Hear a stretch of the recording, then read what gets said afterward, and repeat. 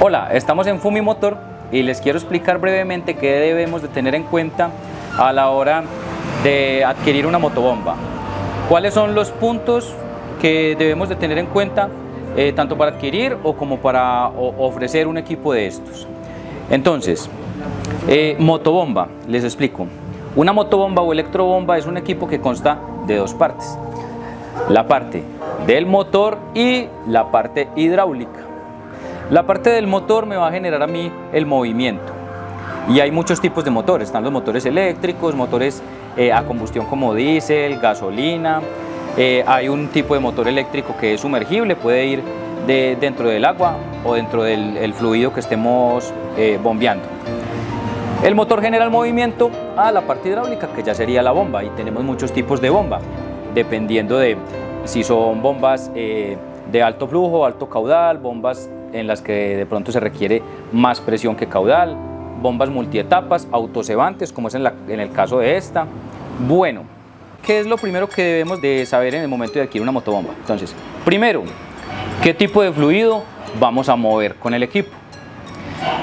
Podemos, por ejemplo, una bomba, podemos mover agua, combustibles, ya sea por ejemplo gasolina, podemos mover aceite, podemos mover químicos o alimentos, por ejemplo si es el caso de aceite comestible, leche. Bueno, hay muchos tipos de fluidos que podemos mover con el equipo. Debemos de saber qué tipo de fluido vamos a bombear para elegir los materiales en los que estén construida la bomba, el impeller, que es la parte de adentro, el sello mecánico y los empaques. Bueno, una vez que sabemos qué tipo de líquido vamos a bombear, otro factor muy importante a tener en cuenta es qué tipo de motor necesitamos.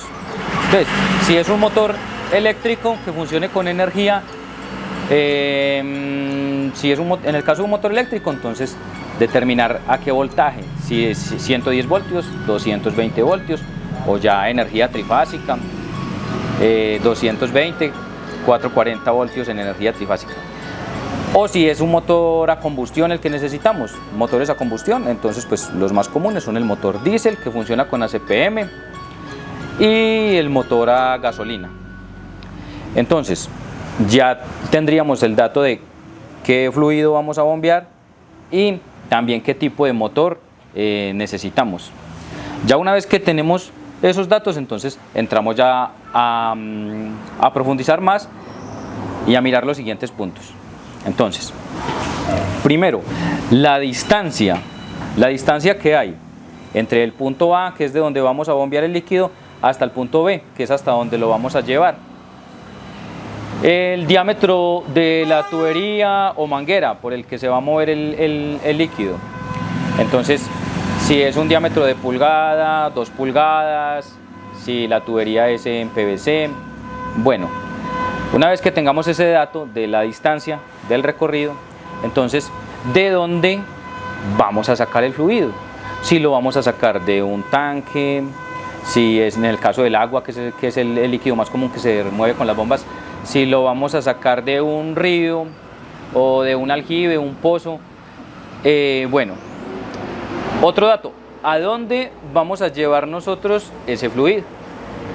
Una vez que termine el recorrido, ¿qué vamos a hacer con él? Entonces, si vamos a llenar un tanque para almacenamiento del mismo, si de pronto vamos a hacer un riego o una irrigación, ya sea por manguera de goteo, un cañón aspersor, un irrigador, o si manualmente de pronto mediante una boquilla. Bueno, ¿qué vamos a hacer con ese líquido? O si vamos a llenar algún tanque de reserva. Entonces, si es el caso de llenar algún tanque, ¿cuántos litros o qué capacidad tiene el tanque que vamos a llenar? ¿En cuánto tiempo estimamos llenar ese tanque? Si es el caso de un riego y vamos a hacer un riego con un cañón aspersor, entonces determinar las características del cañón, qué presión requiere y qué caudal, para así entonces entrar a hacer un cálculo de cuál es la bomba que necesitamos.